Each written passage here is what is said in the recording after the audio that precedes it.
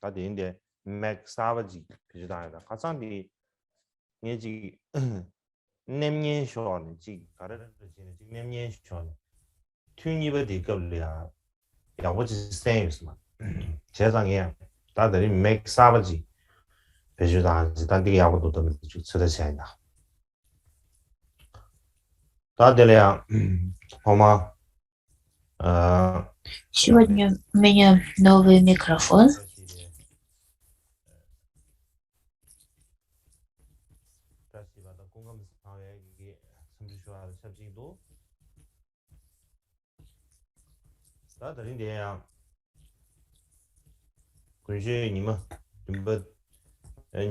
В прошлый раз, похоже, что были проблемы со звуком, и вы не могли хорошо слышать, поэтому сегодня у меня новый микрофон.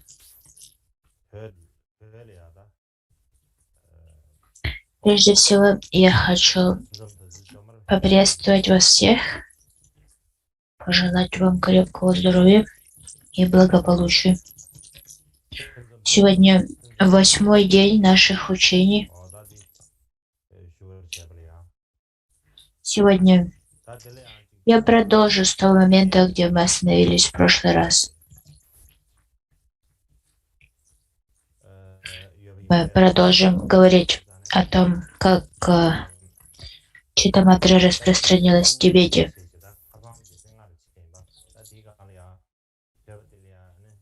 Мы можем называть это распространением читаматры в Тибете, либо распространение трактатов читаматры в Тибете. В прошлый раз разделил это на несколько частей.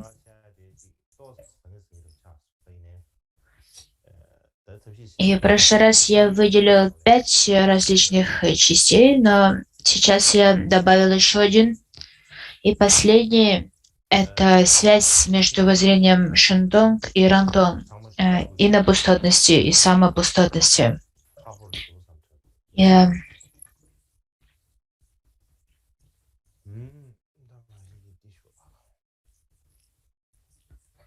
И похоже, что я немного поспешил, когда я готовил этот слайд.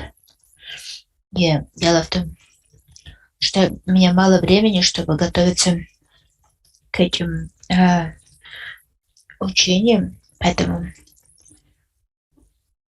позвольте, я кое-что поменяю.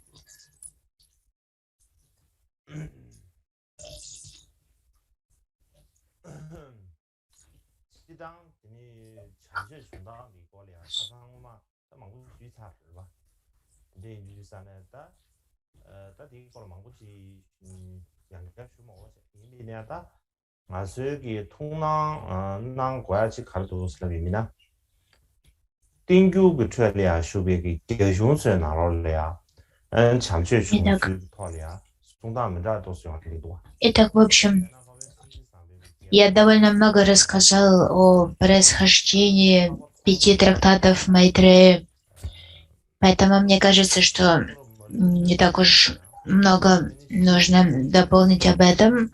Но что бы я хотел заметить, это что нам следует обратить внимание на то, что в трактатах, которые содержатся в тибетском каноне Тенгюр, различные оценки по поводу того, какой школе принадлежат трактаты Майтрея. К примеру, Ачарья Харибадра пишет в своем великом комментарии к Пране Парамитте в 8000 строфах. Вот здесь я нашел в тексте одну ошибку, позвольте мне ее исправить.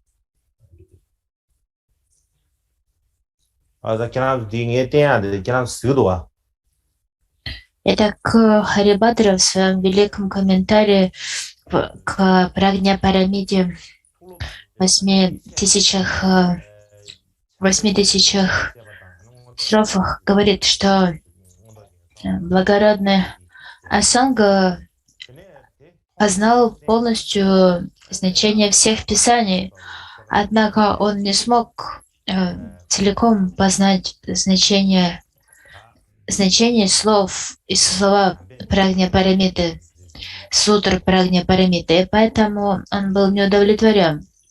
И именно по этой причине Майтрея даровал объяснение сутр и создал коренной текст Махаяна Сутра Аламкара, украшение сутр Махаяны. И Асанга получил эти учения, и затем он, Асанга и его суббанду учили им. Это то, как Харибадра объясняет происхождение пяти дарм Майтрея. Затем другой мастер по имени Абая Карагупта говорит об этом по-другому в своем трактате, который называется «Сущность лунного света». Это комментарий на Прагня Парамиту в 8000 строфах. Он говорит, что после того, как Будда ушел в паринирвану, Ваджрапани пожелал составить сутры Прагня Парамиты и другие сутры, записать их, сутры Прагня Парамиты и другие сутры. Именно поэтому Майтрея и другие бодхисаттвы собрались вместе и записали учение Прагня Парамиты. Однако значение этих сутр было так глубоко и так тяжело, и было его понять, что для того, чтобы все смогли его познать, Майтрея сознал украшение ясного познания Абисамай Аламкару. И Харибадра, это ошибка, полагает, что то, что говорит Харибарда, что этот трактат позже был создан Асангой. То есть, что говорит Абая Карагупта, то, что позиция Харибадры ошибочна. И поскольку есть такое различие в объяснениях, для нас важно уделить этому внимание.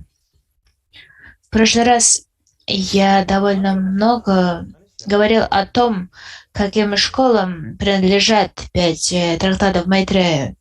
И тем не менее, сегодня я хочу еще рассказать об этом. В общем, в Индии и Китае не так уж много диспутов по поводу того, к какой школе принадлежат трактаты Майтрея, к Мадхьямаке либо Читамадре. Однако в Тибете довольно много диспутов по этому вопросу. И одна из наиболее распространенных позиций по этому вопросу, что касается наиболее распространенных позиций, то мы можем выделить 3 позиции. Первое — это то, что эти 5 трактатов принадлежат, некоторые из них принадлежат к Мадхьямаке, некоторые к Читамадре. Другие — это то, что они принадлежат к обоим, Мадхьямаке и Читамадре. Другие, что это лишь трактаты Читамадры. Так, первая позиция — это позиция Мукалацавы Лудена Шираба. Вторая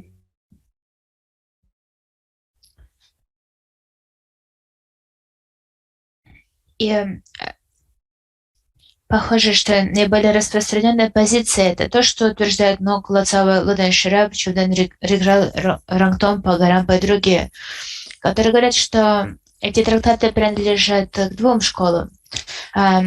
Абисамай Аламкара — это Мадхьямака, воззрение Мадхьямаки.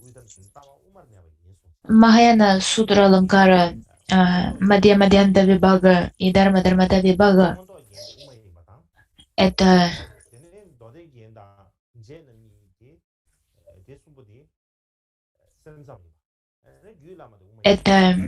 трактаты Читамадры, поскольку в них излагается 3 природы. А Юлама Уттара-тантра шастра учит абсолютному воззрению Махаяны, сущностному воззрению Махаяны.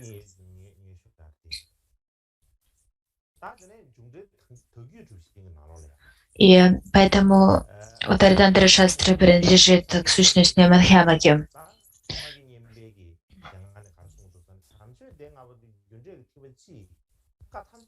Согласно трактату 8-го Кармапы Микью-доржи, колесница ситх линии практики, говорится,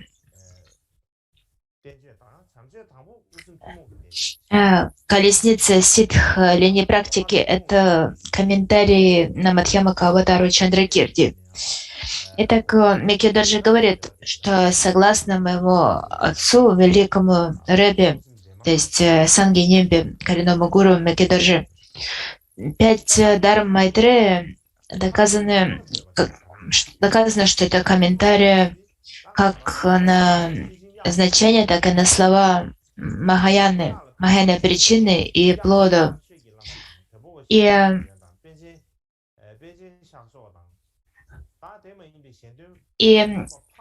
они учат Мадхьямаки в какой-то мере, но прежде всего они являются трактатами Читаматры.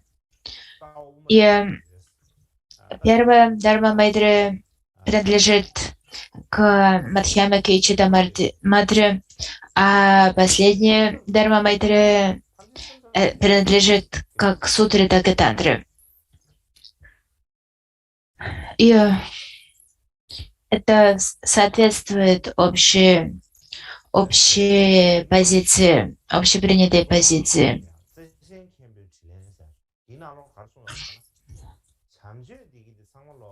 Однако есть вторая позиция, это позиция Мипама Чоки Ламы, также Далпопы Шираба Гелсена и Панчана Шакти Чогдана.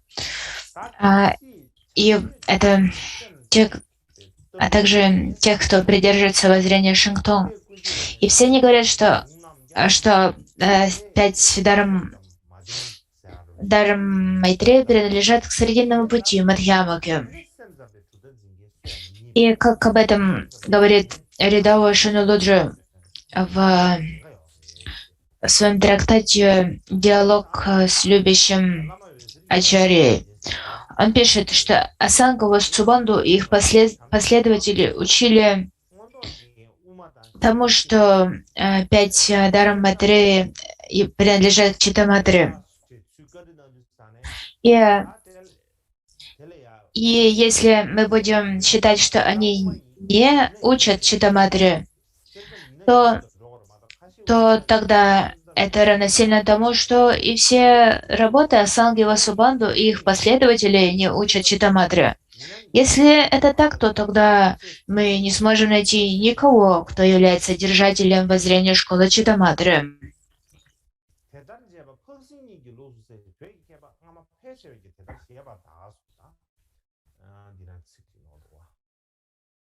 Кроме того, Лама Озер Гелсен писал о том, что 5 трактатов Майтрея, и что если Абисамая Ламкара — это Мадхьямака, все другие — это Читаматра, то в таком случае, если они принадлежат к Мадхьямаке, то они все должны тогда принадлежать к Мадхьямаке. А если они принадлежат к Читаматре, то они в равной мере должны принадлежать Читаматре.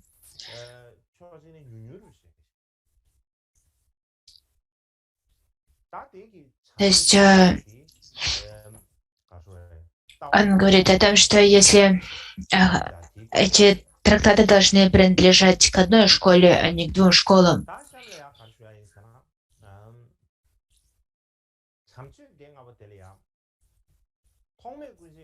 Но похоже, что довольно мало философов в Тибете считали, что все трактаты Майтрея принадлежат к Читаматре.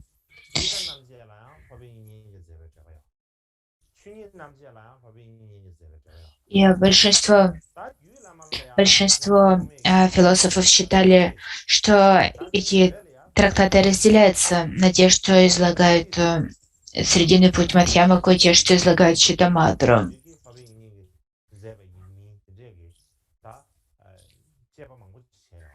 И в том, что касается 5 Дхармайтрея, у нас есть такие комментарии. У нас есть комментарий Асанги и Васубанду на Махайна Сутру Аламкару, который написал Васубанду. Также комментарий Васубанду на Мадьямадьянта Вибагу и комментарий Васубанду на Дharmata Вибагу. И на Гьюламу, на Уттаратантра Шастру у нас есть комментарий Асанги.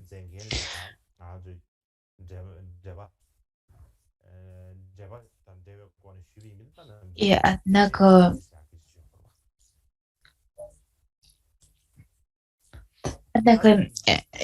есть различия в оценках. Там есть ли комментарии Васубанду и Асанги на Абисамай Аланкару. То есть одни говорят, что этот комментарий есть, другие говорят, что он не принадлежит им. Однако всего мы говорим о том, что есть 20 различных шастр, которые связаны с Майтреей. То есть 20 трактатов, связанных с Майтреей.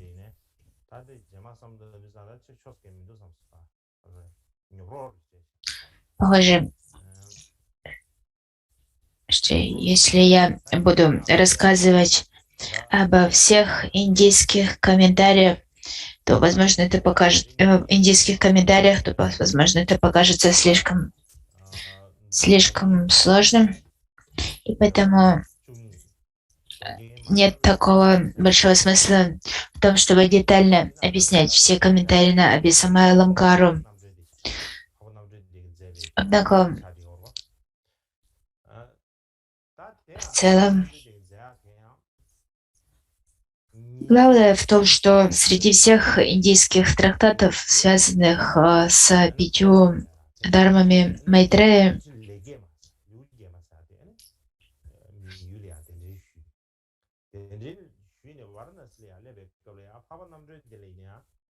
мы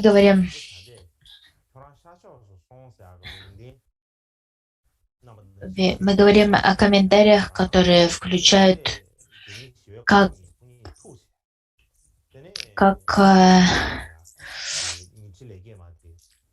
два украшения, то есть Абисамай Аламкару и Сутра Аламкару, так и 2 вибаги, Дharmatu Вибагу и Мадьямадьянта Вибагу. И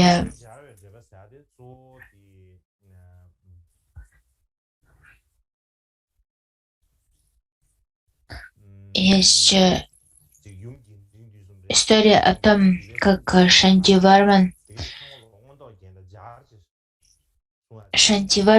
отправился из Бадгая в Варанаси, где получил передачу учения от Майтрея и в результате составил комментарий, называется комментарий 25 тысяч на Абисамай Аламкару, Махайна Сутра Аламкару. То есть есть комментарии, в которые есть общие комментарии на Абисамай Аламкару с комментариями на Сутры Прагняпарамиты, поскольку в Абисамай Аламкаре излагается суть Сутры Прагняпарамиты. И среди всех комментариев на Абисамай Аламкару главным является комментарий Харибадры. Почему этот комментарий считается таким важным? И все сутры Прагняпарамиты разделяются на материнские сутры и дочерние сутры. Дело в том, что в первый имперский период распространения Дharмы, во время правления Трисонга Децины, всего было количество сутры Прагняпарамиты, которые были переведены на тибетский, ограничилось 20.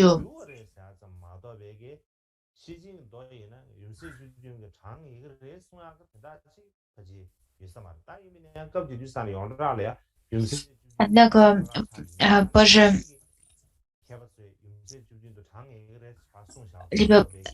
были переведены еще дополнительные сутры Прагняпарамиты.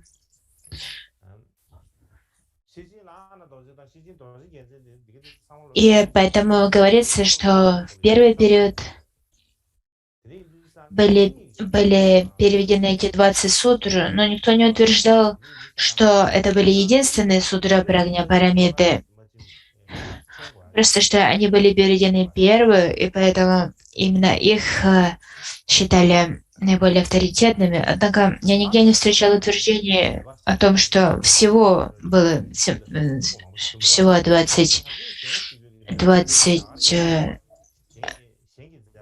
20 сутры Прагняпарамиты. Поэтому во второй период распространения Дharмы были дополнительные сутры были переведены, и нам нужно различать эти ранние переводы от поздних переводов. Однако вкратце нам нет нужно слишком углубляться в комментарии на Абхисамая Аламкару. Однако, если мы взглянем на комментарии на другие из 5 дарм, то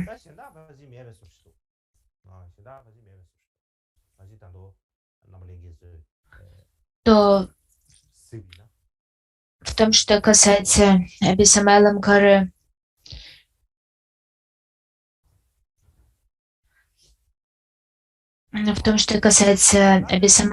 Сутра Махаяна Аламкары, а также двух банк, то у нас есть комментарии в Асубанду. Кроме того,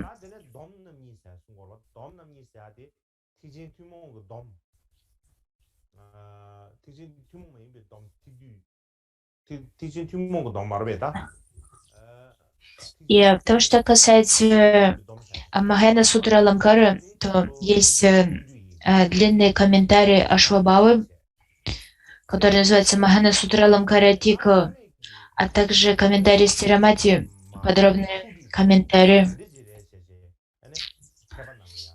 и также комментарий мастера по имени Парахита, а также Сутра Аламкара Пандиата Жняна Шрибадры.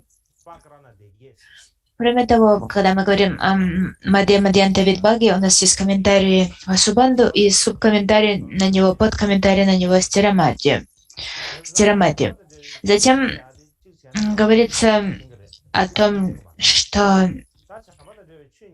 есть тибетские комментарии. Прежде всего, это комментарий Чамдана Рикрала, который называется «Пять уровней», также 2 самучаи. Это Махаяна Самучая, Абхидharma Самучая. Его комментарий на 2 самучая, Махаяна Самграху и Абхидharma Самучаю. И кроме того, есть комментарии Асанги на Самадhi Нирмочину Сутру. И также трактат Васубанду, в который включается комментарий на Даша Бумику, трактат по 3 природам. И всего говорится, что в целом все этих трактатов 20. И поэтому они называются 20 дарм, связанных с 5 с 5 дармами Майтры. Эти 8 пракаран, либо 8 трактатов, которые принадлежат к Васубанду. Это важный раздел учений, поскольку в этом у Васубанду много. Это комментарий на Дашабумику, его трактат о трех природах, и Вимсатика 20 строф и 30 строф Тримсику. Поэтому на самом деле это комментаторская традиция на учение Майтрея, она довольно обширна.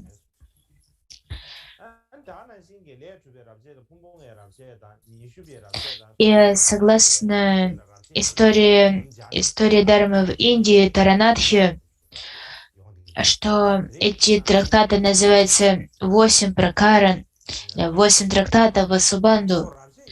Однако сложно. Это все комментарии на слова, а не на смысл, поэтому их сложно назвать пракаранами, поскольку в этих эти комментарии, в которых объясняется, как раз растолковываются слова, а не смысл этих трактатов. И в любом случае, как я уже говорил ранее,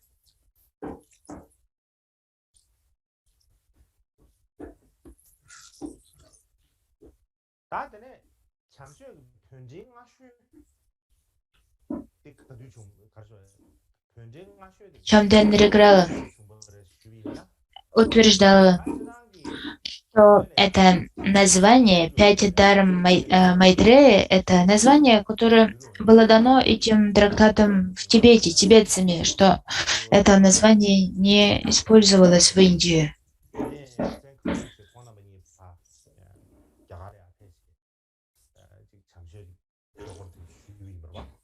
И если вы спросите, а каковы самые ранние комментарии, тибетские комментарии на 5 дарм Майтрея? Да, тибетцы переводили эти трактаты Майтрея на тибетские, и для этого Кавапалсак, для того, что и другие отправились в Индию, чтобы изучать все 5 дарм Майтрея в Индию. И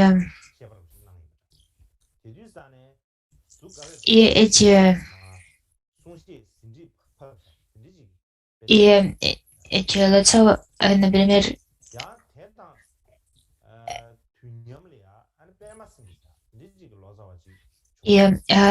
когда эти Лоцавы изучали 5 дарм в Индии,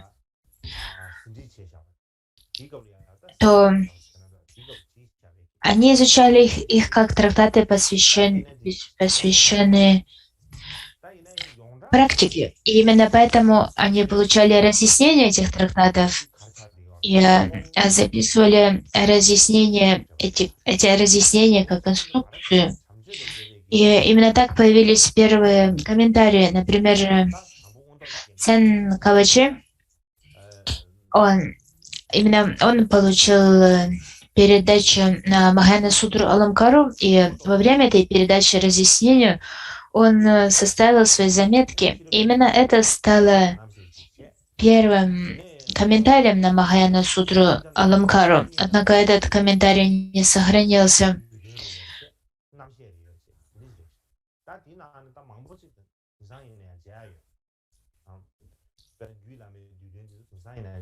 И точно так же был создан первый комментарий на Гюлама, на Удара Тандра Шастру, поскольку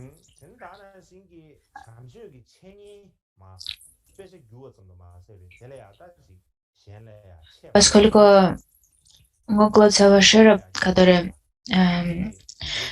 получал разъяснение на Удара Тандра Шастру, он составил комментарий на нее. И, возможно, именно эти заметки тибетских переводчиков Лоцав которые переводили эти трактаты, они являются первыми тибетскими комментариями на эти трактаты. Однако, если мы взглянем на тех, кто не просто переводил эти трактаты, но те, кто распространял эти учения, то, например, традиция, основанная Цен Кавачи, то эта традиция называется традицией медитации, либо практики о пяти Дharma Майтрею. И была такая линия передачи, которая брала свое название от Цена Кавача, но затем похоже, что эта линия прервалась. И что касается другой линии, то это линия Лацаба Мокшараба.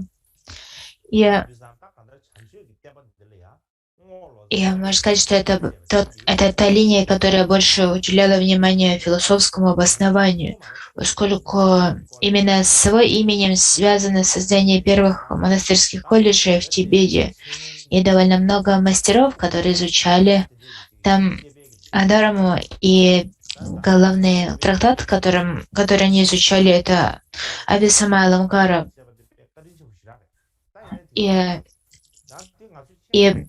И поэтому эта линия передачи от Ngoka Лацавы, она сыграла большую роль в распространении пяти Дхарм Майтрея. Ну, конечно, это влияние не ограничивалось лишь пятью дармами, также его влияние было очень благотворно и для распространения Мадхьямаки в Тибете. Как бы там ни было, именно с ним связано создание монастырских колледжей и шедр и создание этой традиции изучения.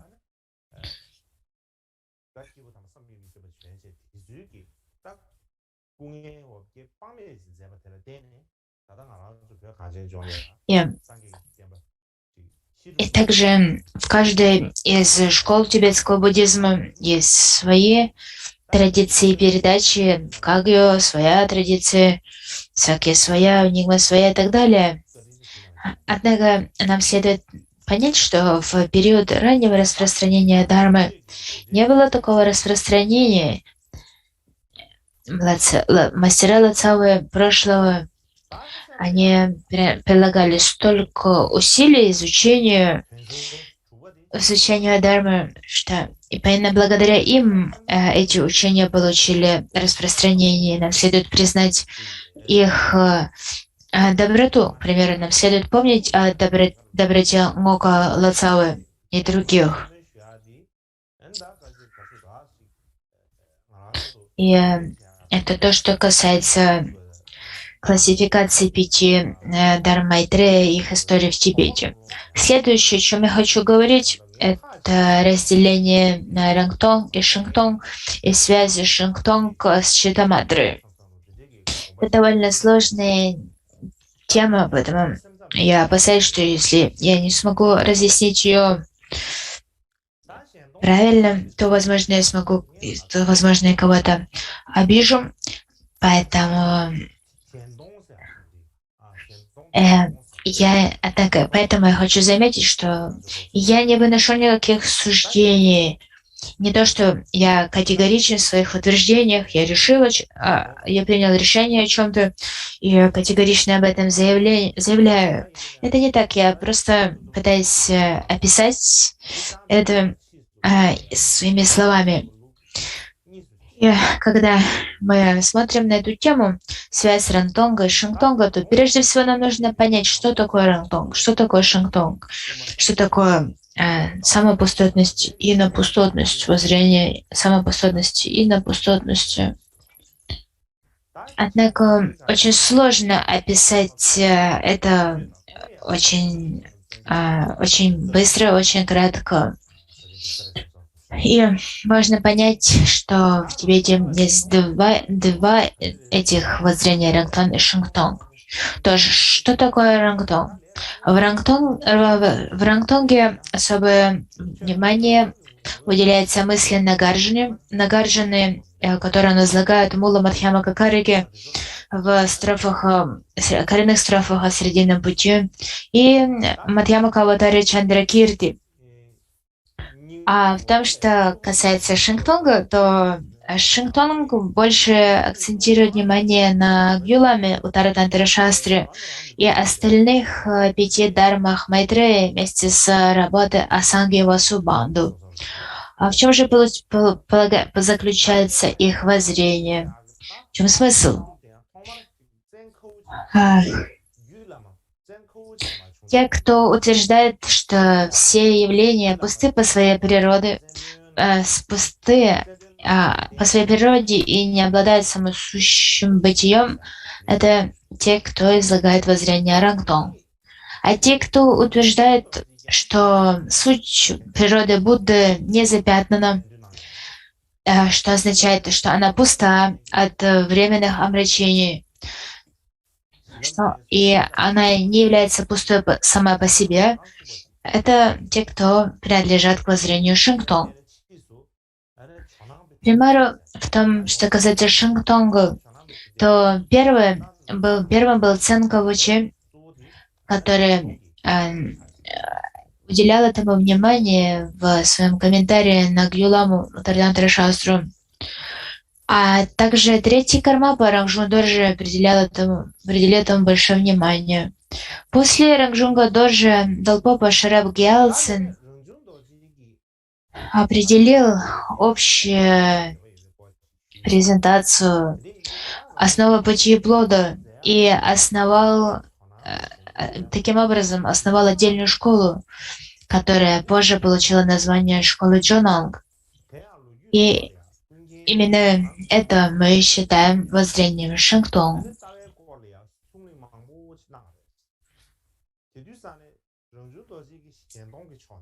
И когда я упоминаю о том, что Кармапа Рангжун Доржи принадлежала к Шингтонг, и следует понять, что то, что Кармапа Рангжун Доржи объяснял как Шингтонг, это было раньше того, чему учил Далпопа. Говорится о том, что Далпопа встречался с Рангжунгом Доржи, и они вели долгие дискуссии, и во время этих дискуссий Далпопа придерживался воззрения Рангтонг. Он еще не придерживался воззрения Шингтонг. То есть эта связь началась до того, как Далпопа обосновал воззрение Шингтонг и стал пропагандировать, распространять воззрение Шингтонг. Таким образом, можно сказать, что третий Кармапа Рангжун Доржи повлиял на становление позиции Шингтонг Далпопы. И, например, сохранились такие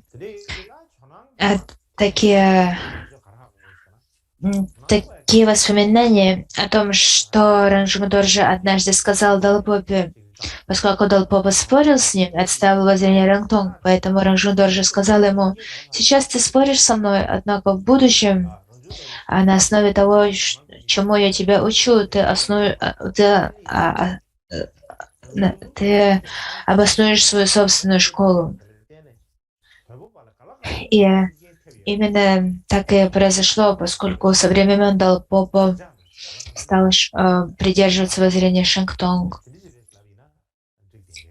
И поскольку Рангжун Доржи придерживался этого воззрения раньше, чем Далпопа, похоже, он повлиял на него. Я не хочу сказать, что Далпопа поменял свою позицию на Шингтонг из-за Рангжунга Доржи, но Рангжунг Доржи, возможно, повлиял на него, оказал на него какое-то влияние. И если мы так скажем, что, наверное, это будет правильно. И на этом давайте сделаем перерыв.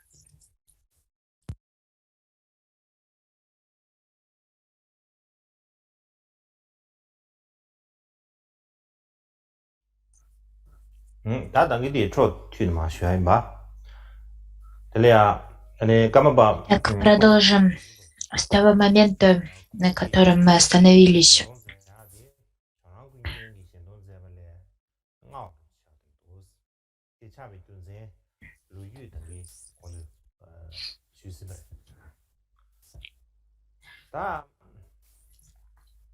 Так, я говорил о том, что третий Кармапа Рангжунг Доржи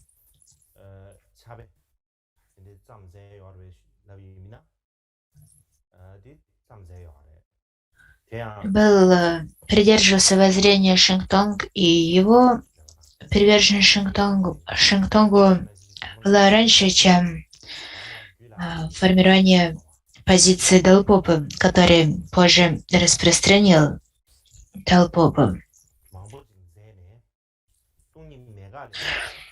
И если мы взглянем на работы Кармапы Рангжун Доржи, то если вы зададите вопрос, а написал ли он какие-то трактаты, излагающие воззрение Шингтонг, то ответом будет «да».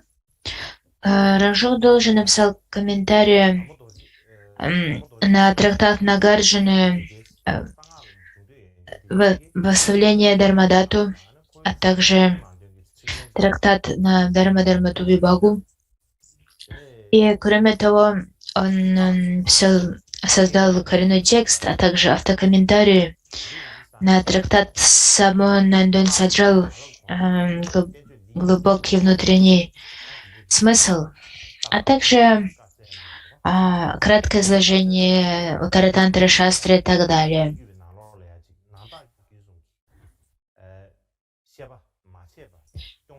И он говорил о том, он утверждал, что если кто-то не понимает слов и значения Уттаратантра Шастры, а также моего трактата «Глубокая внутренняя суть», и тем не менее хочет войти во врата Ваджраяны, то он не сможет постичь глубокий смысл тайной мантры. Для этого им следует изучать эти два текста. Вот что писал по этому поводу Кармапа. Итак, Ранжунг Доржи был Шингтонпой, и Далпопа Шараб Гялсен также является Шингтонпой. И если различия воззрения Шингтон, Кармапа, Ранжунга Доржи и Далпопа, на самом деле, если мы определяем Ранжунга Доржи как Шингтонпу, однако если мы сравним работы Ранжунга Доржи с работами Далпопы, то мы увидим, что воззрение Ранжунга Доржи отличается от того, что излагал Далпопа. Ранжунг Доржи утверждал, что на абсолютном уровне природа Будды за пределами двух крайностей существования и несуществования. То есть он никогда не утверждал, что природа Будды существует. Однако Ранжунг Доржи определял, что абсолютным является мудрость, познающая мудрость. И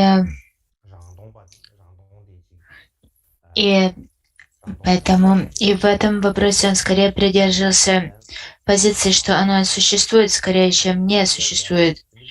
А также он считал, что философская мысль Нагарджуны и Асанги одинакова. И многие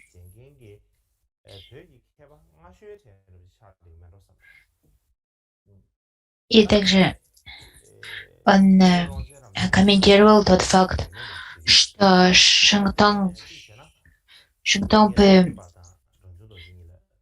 критикует Рангтонг, а Рангтонпы критикует Шингтонг. Однако сам Ранжунг Доржи утверждал, что нету противоречия между Рангтонг и Шингтонг. И, похоже, это был первый такой мастер, который утверждал это. Затем, после Кармапы Ранжуна Доржи, Лончен Рабджам также объяснял, что между Рангтонг и Шингтонг нету противоречия.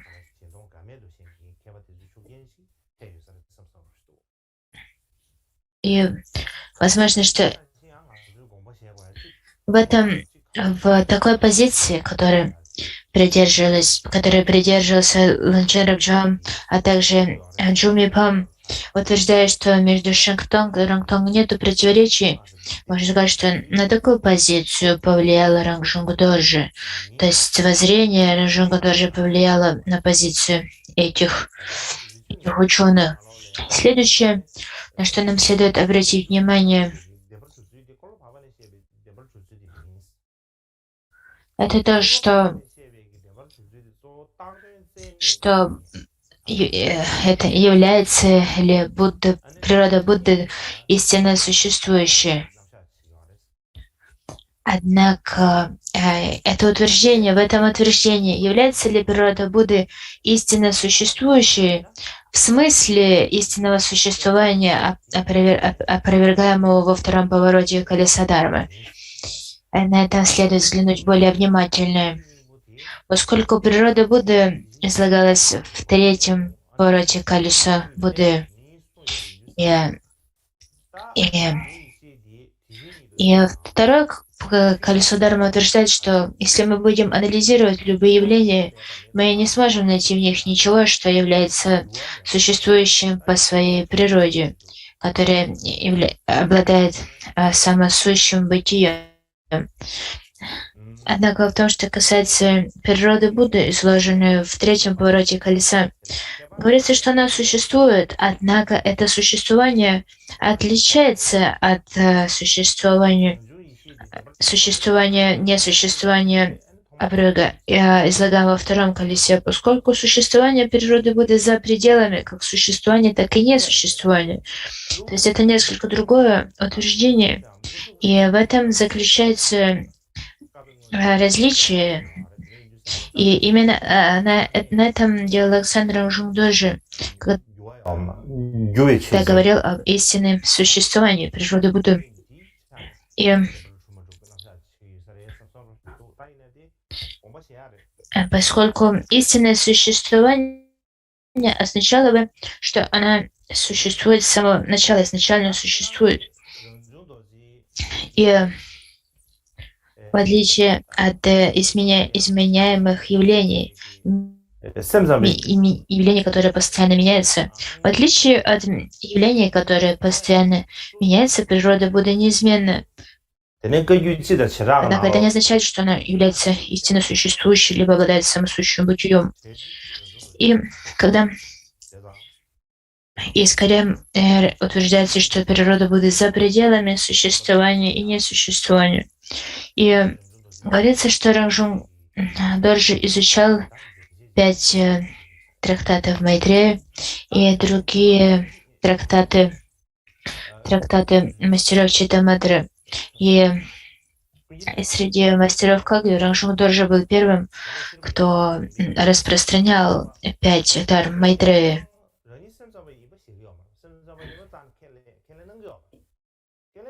И в этом проявлялась его большая активность, как раз распространение 5 дарм Майтрея. И мастер Джананг Далпопа Шараб Гелсен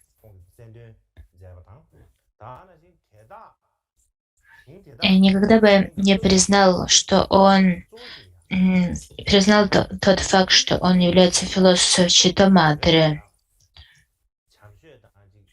То, что он говорил, это то, что хотя трактаты Майтрея считаются трактатами Читаматры, я так не считаю, говорил Далпопа.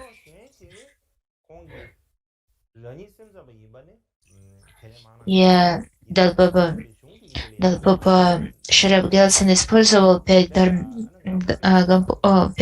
Майтрея для того, чтобы основать свое вожделение Шангтонг Мадхьямаке. И именно с этой целью Далпопа распространял трактаты Читаматры. То есть в этом некое противоречие. Он распространял трактаты 5 дарм Майтрея, однако он не считал, что это трактаты Читаматры. К примеру, в синих аналах Дабангон говорится, что те, кто утверждает, что Далпопа утверждает, что природа Будды является постоянным, это оценка ошибочная. И его доброта заключается в том, что многие в Центральном Тибете уважают Уттаратантра, почитают Уттаратантра Шастру как свое божество Ядама. То есть это такое восхваление, хвала Далпопы.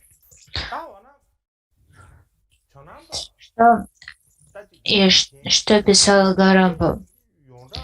Гарампа утверждал, что хотя название Читамадри было изменено на Шинктал, и утверждается, что Джананг является великим срединным путем.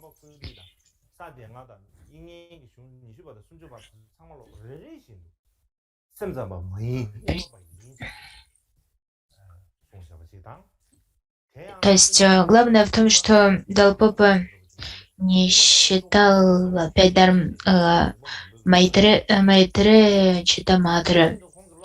Он говорил, что это все 5 трактатов принадлежат к 3-му повороту колеса Дharмы. Именно это он утверждал в своей горной Дharме, океане абсолютного смысла, что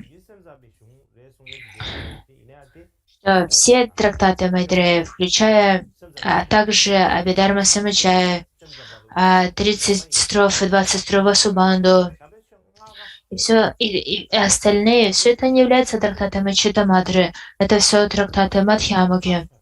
И то, что называется Великий Срединный Путь. И в своих письмах к своим ученикам он очень четко утверждал,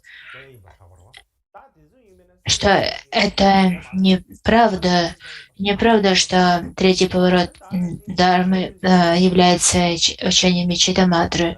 Все 5 Дharм Майтрея являются великим срединным путем.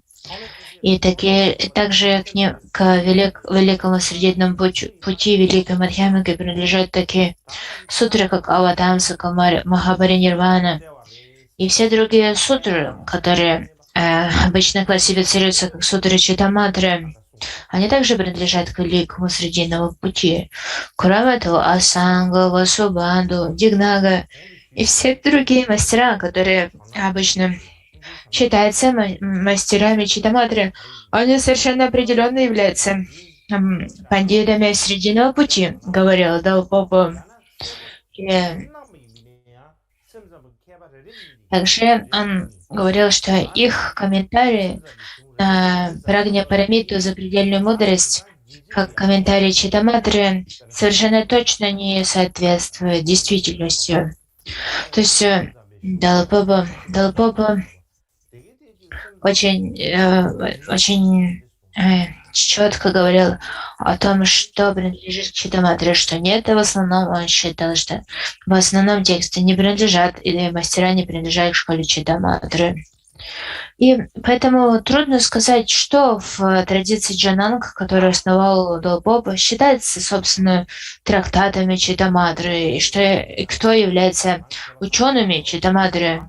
Возможно, 1 или 2 мастера, но в основном всех мастеров, которых сейчас считают мастерами Читамадры, всех их Далпопа считал мастерами Мадхьямаки. Итак, среди всех ученых Джананг, которые были последователями Далпопы, самым известным среди них был ученый Джананг Тараната. Он обладал обширным знанием истории, и именно он создал этот великий известный трактат «История Дharмы» в Индии.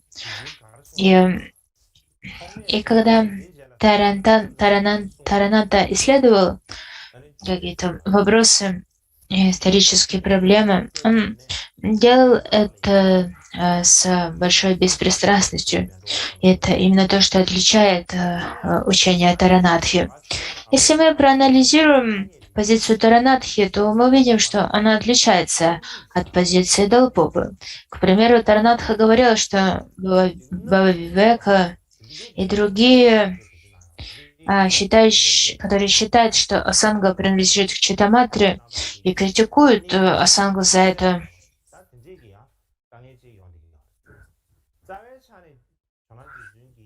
Однако Асанга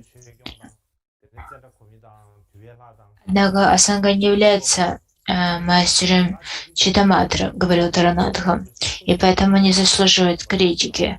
Однако при этом следует также обратить внимание на то, что Таранатха, в общем, не употреблял термин Читаматра в своей истории буддизма в Индии, истории Дharмы в Индии. Он обычно употреблял термин сознание, осознавание, вигняна. И иногда также он употреблял термин сознание срединного пути. И в целом Тараната описывает Дигнагу, Стирамати, Дharmapala, Чандрагоми, Винитадеву и Ашвабаву, так как они, таким образом, как будто бы они принадлежат к Читаматре. И хотя он описывает их как мастерами Читаматры, похоже, что в глубине он считает их принадлежащими к Шантонгу, великой Мадхьямаке.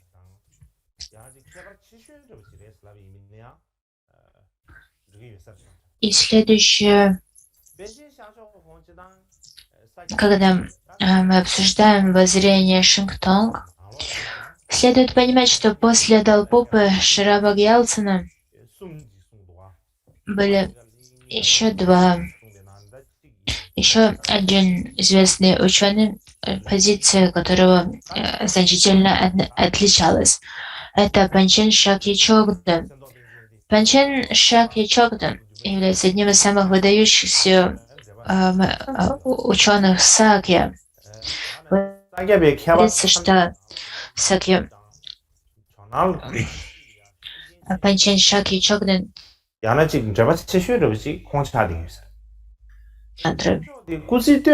кроме того, Панчен Шакья Чогдан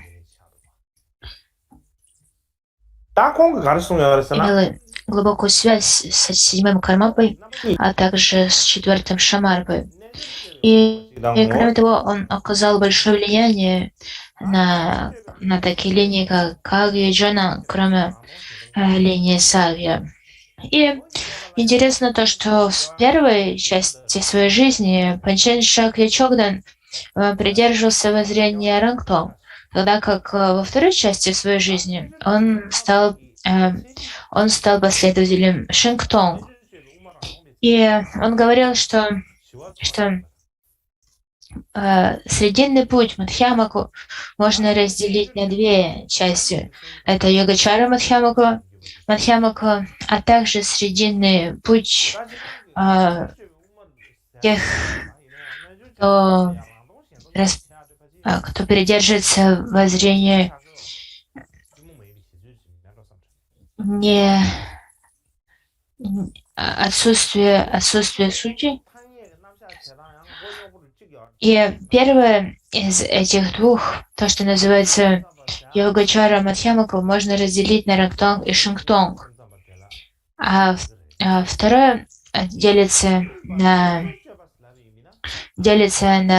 Прасангику и Сватантрику. Прасангику, Сватантрику Мадхьямаки. То есть вторая это Мадхьямака, который определяет самосущее бытие, говорит, что ничего не существует по своей сути, по своей природе.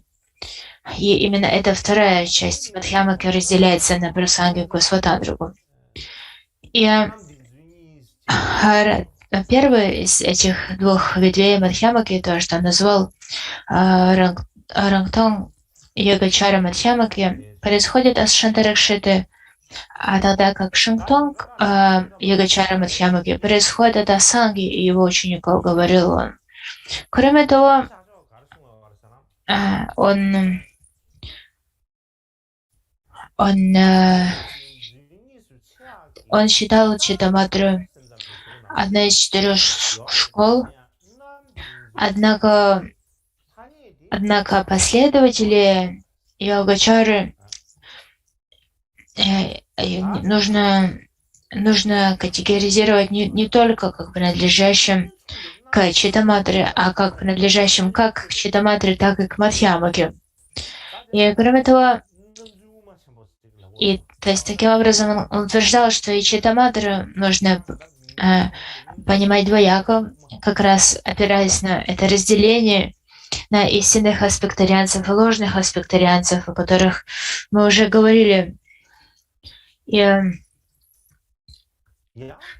также Шакья Чогдан говорил о том, что хотя это разделение на истинных и ложных аспектарианцев присутствует в текстах, трактатах Читаматры, сам этот термин не употреблялся для разделения этих двух ветвей Читаматры в Индию.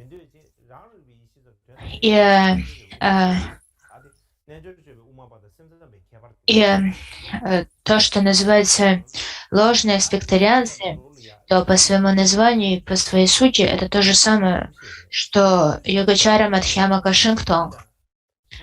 И кроме того, он утверждал, что различие между Читаматрой и Мадхьямакой, либо между Читаматрой и Йогачаром Мадхьямака Шинтонг, заключается в том, что Читаматра утверждает, что сознание истинно существует, тогда как Йогачара Мадхьямака утверждает, что сознание не существует на абсолютном уровне, и лишь различающая самопознающая мудрость является абсолютной.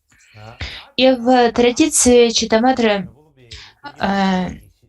мудрость также считается сознанием, тогда как в Йогачара Мадхьямаке мудрость не считается сознанием.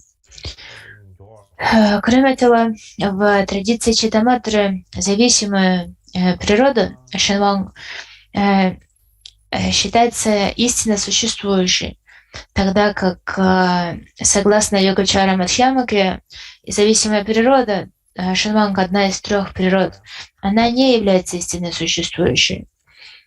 И в этом он опирался на трактат Махаяна Сутра Аламкара, в котором утверждается, что зависимая природа является иллюзорной, и поэтому истина не существует.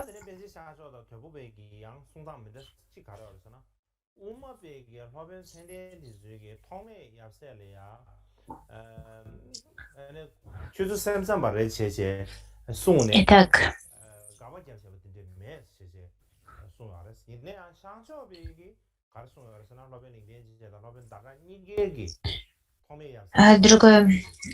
другое различие между Далпопой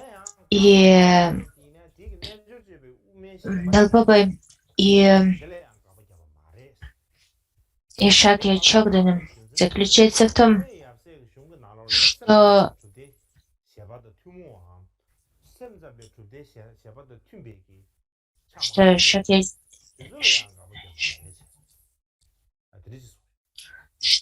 Чандракирти и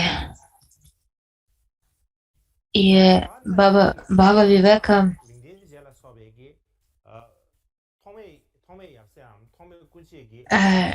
утверждали, что Асанга и его ученики не являются Мадхьямакой. Однако это не означает, что на самом деле они не являются Мадхьямаками. И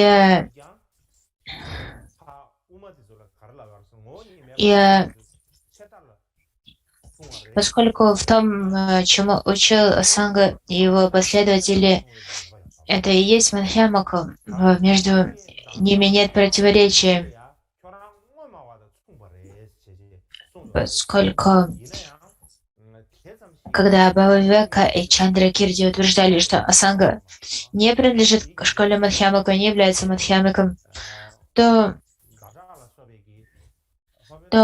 это равнозначно тому, что Асанга является тем, кто утверждает истинное существование, то есть, по сути, является реалистом. Однако Асанга не является реалистом, поскольку если бы Асанга был реалистом, тогда бы и все последователи Сватантрика Мадхьямаки могли бы считаться реалистами и не принадлежать к Мадхьямаке. То есть он указывал на то, что есть противоречие в том, чтобы не считать Асангу частью школы Мадхьямаки.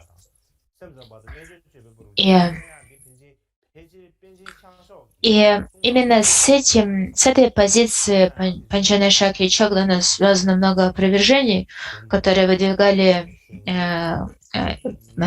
последователи школы Гилу, а также восьмой карма Бамикью Доржи и многие другие. Как бы там ни было, в Тибете у Шакьи объяснение Шакьи Чогдана, то, как Шакьи Чогдан объяснял ложных аспектарианцев как принадлежащих Мадхьямаке, а также то, как он объяснял, кто принадлежит к Читаматре, является особенным и поэтому заслуживает нашего внимания. Итак, давайте подведем итог, как Читаматра связана с Шангтонгом. Итак, сама Читаматра не распространилась в Тибете. Она не стала независимой школой в Тибете. Однако, если мы взглянем на факты, которые свидетельствуют о том, чем является Шангтонг, то мы увидим, что источники, на которых основывается Шангтонг, это абсолютно те же источники, на которые опирается Читаматра. То есть сутры, на которые опирается Шангтонг, а также тантры, на которые опирается Шангтонг, это совершенно абсолютно те же самые сутры и тантры, на которые опирается Читаматра. Именно поэтому мы можем утверждать о очень тесной связи Шангтонга с Читаматрой. Но, конечно, сами Шангтонгпы, то есть те, кто придерживался воззрения Шангтонг, никогда бы не признали то, что они являются Читаматрой. Однако, если мы взглянем на источники и увидим, что источники совершенно одинаковые, то в чем же причина? Как же так? Источники одинаковые, но тем не менее Шангтонгпы никак бы не признали, что они являются Читаматрами. И кроме того, Шангтонгпы утверждали, что они не любят Читаматру, они всегда пытались придерживаться дистанции с Читаматрой. В чем же причина такого противоречия? Я считаю, есть мнение об этом буду. Итак, я считаю, и это лишь мое мнение, опять же, я просто человек, у меня есть мнение, то есть я не утверждаю, что это истинно так, но мое мнение таково, что первая причина этого противоречия заключается в том, что если школа является школой Махаяны, то она должна себя идентифицировать либо как Читаматры, либо Мадхьямака. То есть вся Махаяна делится на Читаматру и Мадхьямаку.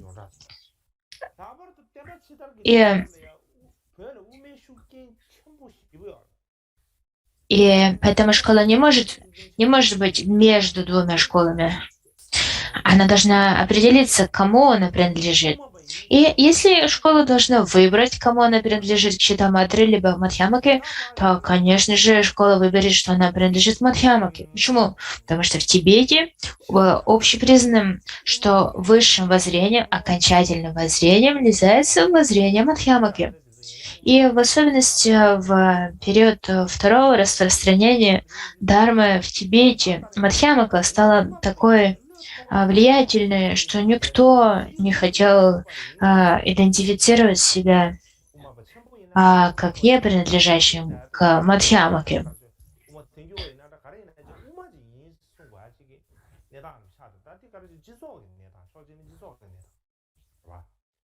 И И даже такой парадокс можно наблюдать в Тибете, что последователи Шантаракшиты, а Шантаракшита был учителем, излагающим воззрение Йогачара Мадхьямаки, либо то, что называется сватантрика Мадхьямаки. То есть он был сватантрикой.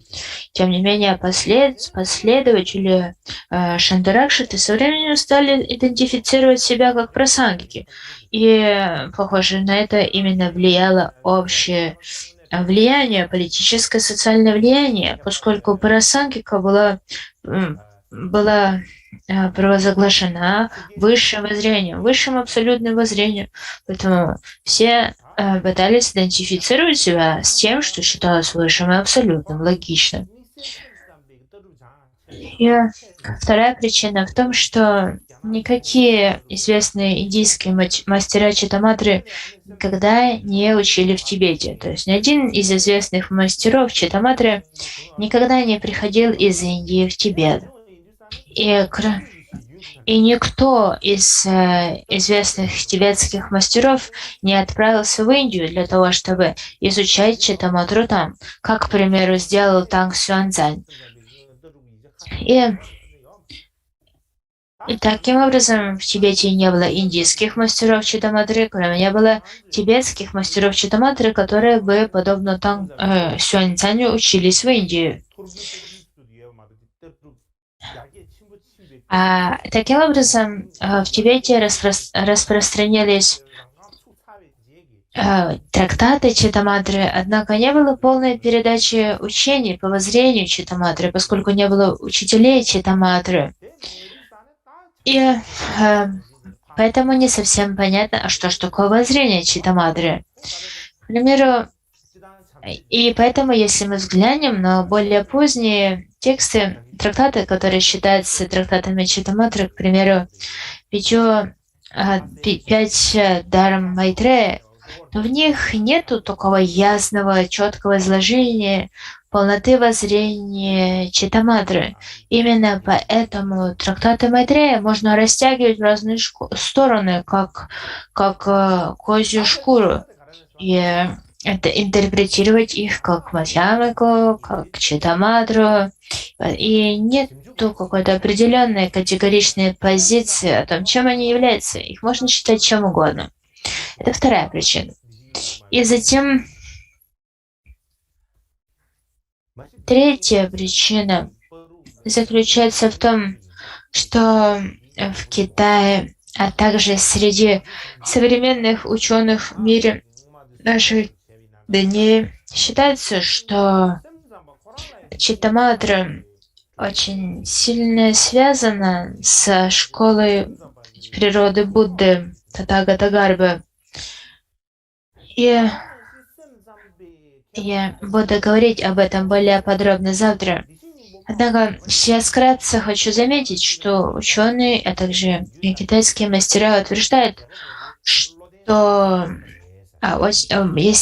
существует большая вероятность того, что ложные аспектарианцы, ученые, такие как Стирамади и другие, имели сильную связь со школой природы Будды. И поскольку эта связь между читаматрой и школой природы Будды была такой тесной,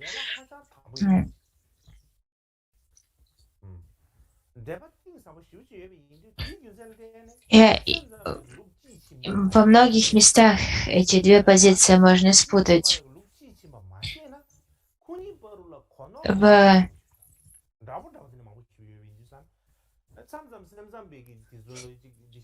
И на самом деле эта связь между читаматрой и школой природы Будды Татагата-Гарбы является очень глубокой. Если мы не до конца понимаем воззрение читаматры, то это означает, что мы не до конца понимаем воззрение школы природы Будды. И легко спутать их, поскольку они так связаны. И это то, что происходит в Китае, к примеру, где учение школы природы Будды часто путают с учениями Читаматры. И Читаматры и природа Будды изучали воззрения друг друга. Ученые имели тесную связь. И, конечно, я не хочу сказать, что они идентичны. Между ними много сходного, но также много различий. Если бы они полностью совпадали, тогда можно было бы утверждать, что они одинаковые. Однако это не совсем так. Во многих позициях также они разделяются. Ну, в общем, вот эти три причины, по которым в Тибете Шингтонгпа с такой настойчивостью утверждали, что они принадлежат к Мадхьямаке.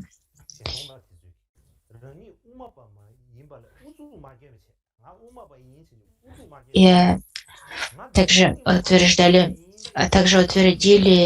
себя как независимую школу природы Будды и чувствовали такое приятие себя как Читаматры.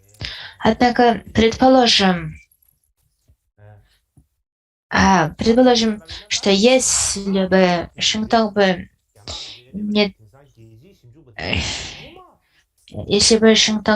не настаивали на том, что они принадлежат к Мадхьямаке, а считали себя независимой школой природы Будды, то это была бы немного другая ситуация.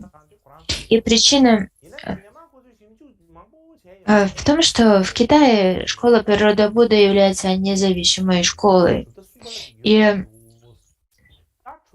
международные исследователи с самого начала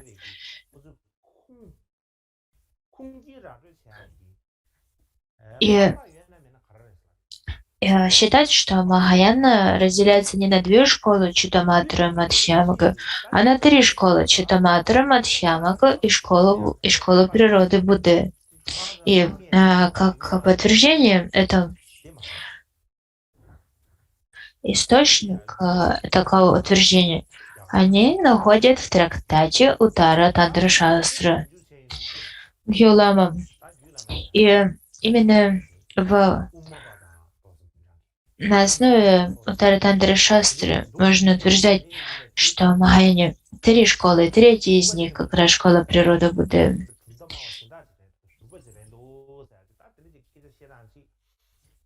И недавно был найден санскритский манускрипт Уттара Тантра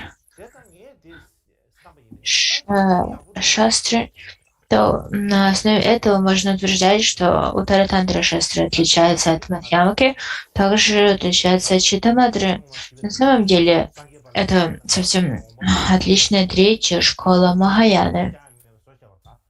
И именно понимание этого стало все больше утверждаться.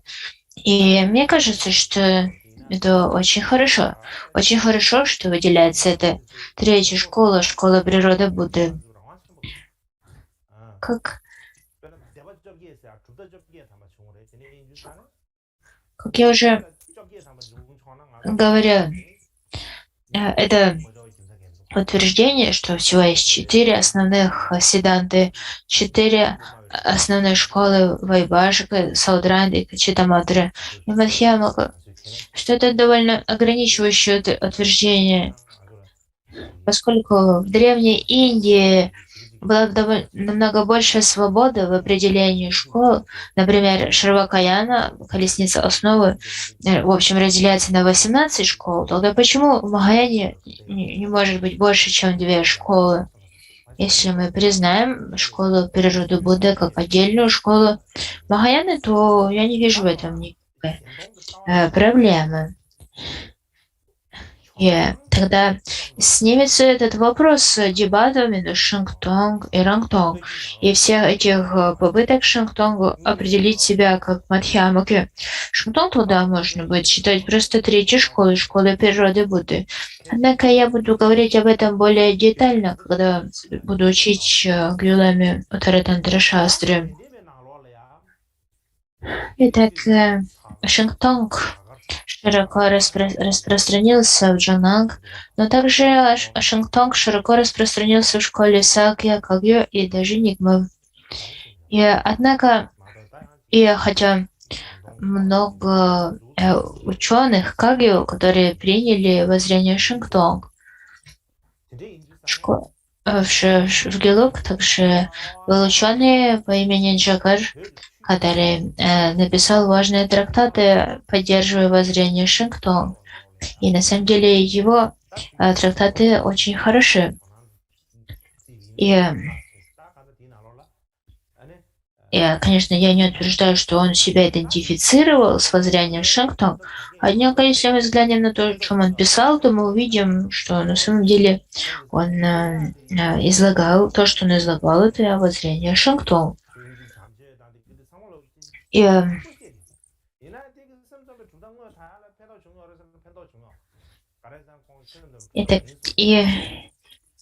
если мы говорим о том, что в Тибете 4 главные школы Нигма, Кагью, Сакья, Гелук, либо 5 школ, добавляя к этому Джонанг, то воззрение Шингтонга распространялось во всех них довольно широко.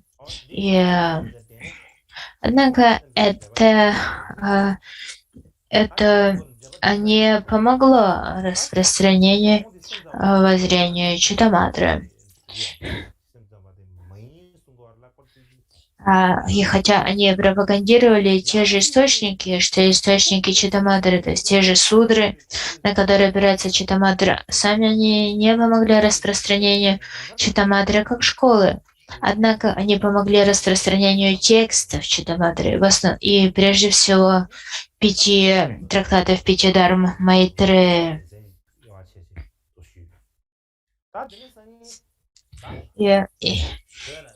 И причина этого в том, как я уже упоминал, что источники Шингтонга и источники Читаматры совершенно одинаковые. И именно поэтому связь между Шингтонг и Читаматрой является такой важной. И о чем мы будем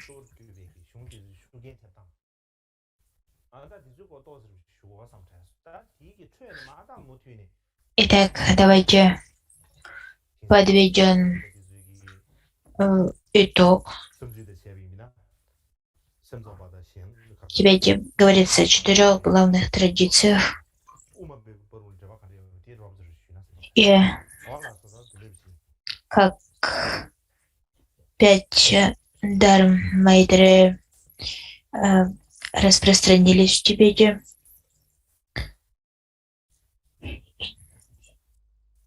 И завтра я буду говорить о связи Читаматры и школы природы Будды. Буду говорить об этом завтра. И на этом все. Давайте посвятим заслугу.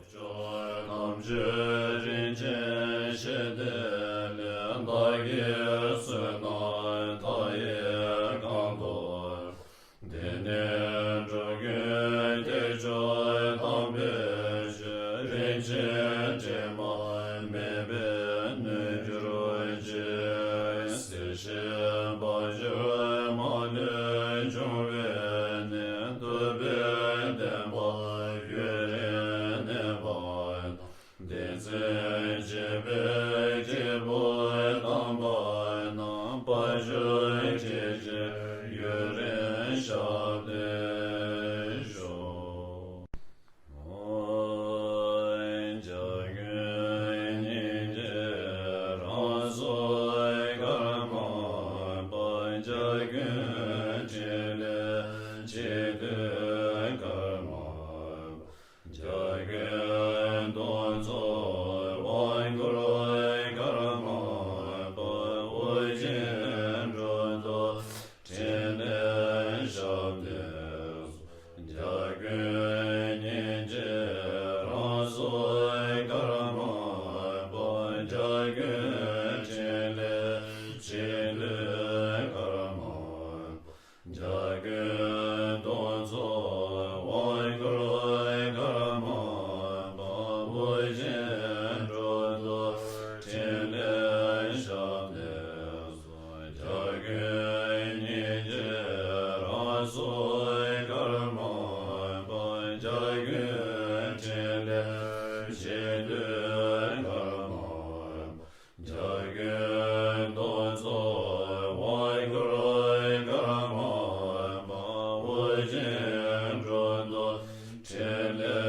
Shall